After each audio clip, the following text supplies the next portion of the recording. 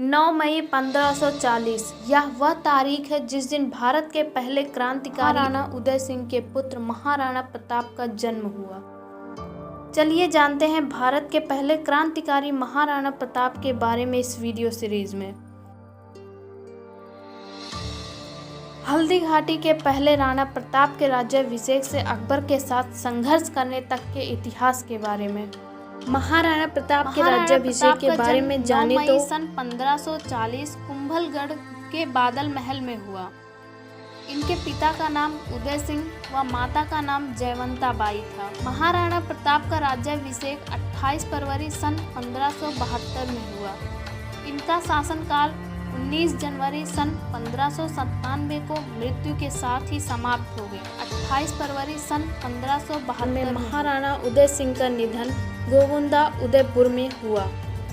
उदय सिंह ने अपने सबसे प्रिय रानी भटियाड़ी के मोह में जगमाल, जो एक अयोग्य उत्तराधिकारी था, को घोषित करा व सबसे योग्य पुत्र प्रताप को गद्दी से वंचित रखा।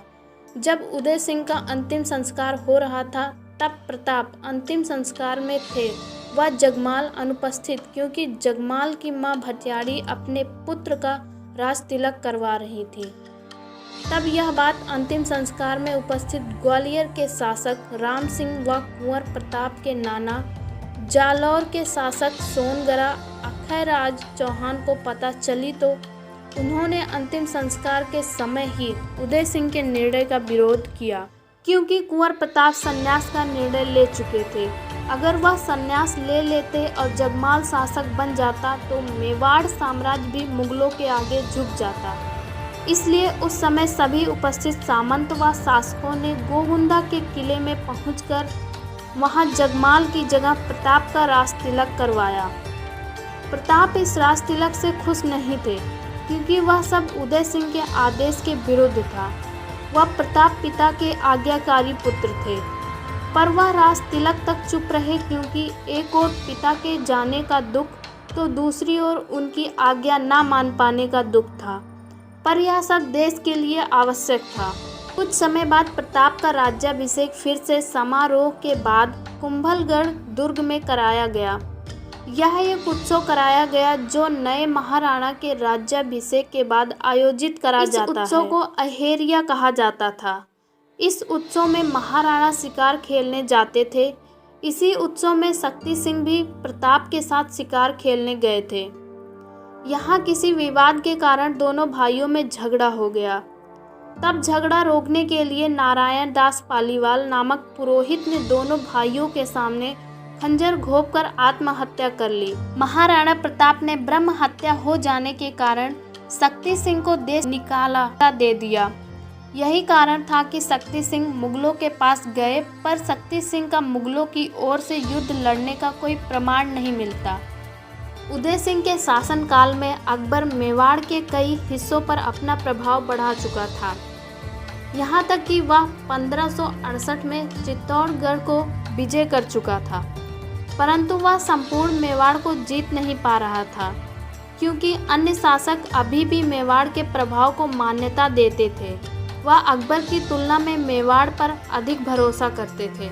इसी कारण अकबर राजनीतिक व आर्थिक लाभों से अधिक मेवाड़ विजय से अपना प्रभाव बढ़ाने के बारे में सोच रहा था। इसी कारण जब प्रताप का राज्याभिषेक हुआ, अकबर ने 4 शिष्टमंडल अधीनता स्वीकार करवाने का संदेश लेकर महाराणा के पास भेजे।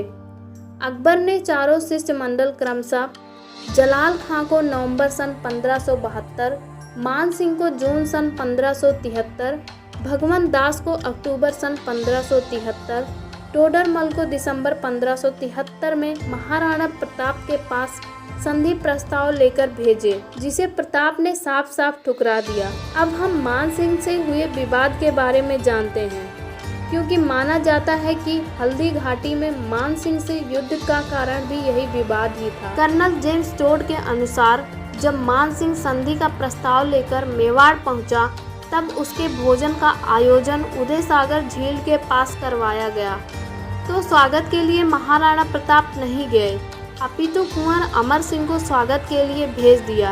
एवं मान सिंह को इस बात को अपना अपमान समझकर अकबर के दरबार में गया। वह अकबर को मेवाड़ पर आक्रमण करने के लिए भड़काया। कारण कुछ भी रहा हो, पर यह बात स्पष्ट थी कि मान सिंह को महाराणा प्रताप से किसी तरह का बदला लेना ही था। इस कारण वह हल्दी घाटी का युद्ध लड़ने आया, परंतु अकबर को मना कर, क्योंकि अकबर मान सिंह पर युद्ध से पहले भरोसा तो करने वाला नहीं था, क्योंकि मान सिंह था तो हिंदू ही, पर यह मात्र मुस्लिम सेनापतियों एवं अकबर के मन में ही था। मान सिंह के दिलो दिमाग में सिर्फ नफरत थी प्रताप के लिए। अब चारों दूत असफलता पाकर वापस लौट चुके थे। इसके बाद युद्ध होना तो निश्चित ही था। महाराणा प्रताप युद्ध के लिए नीतियां बनाने लग गए थे। प्रताप ने सरदारों व सामंतों को हर समय सचेत व युद्ध के लिए तैयार रहने का आदेश दे चुके थे। भीलों के पराक्रमी सरदार राणा पूजा भील की सहायता के लिए भीलों की एक टुकड़ी को मेवाड़ की सीमा सुरक्षा के लिए पहाड़ियों पर तैनात करवा दिया। हल्दी घाटी युद्ध से पहले ही मैदानी क्षेत्र पर निवास कर रहे लोगों को पहाड़ी क्षेत्रों में बसाना शुरू कर दिया गया। वह मैदानी क्षेत्र की फसलें जो अब तक खेतों से कटी नहीं, उन्हें जलाकर नष्ट करवा दिया। वह फसल या किसी भी तरह अन्न उगाने पर मृत्युदंड का आदेश दे दिया था। आपको इसका कारण आगे पता चल ही जाएगा। युद्ध होना निश्चित ही था। अकबर कुछ समय के लिए अजमेर में आया ही था तो उसने यहाँ युद्ध के लिए मान सिंह को सेनापति व उप सेनापति या सहायक सेनापति आसफ खां को नियुक्त करा।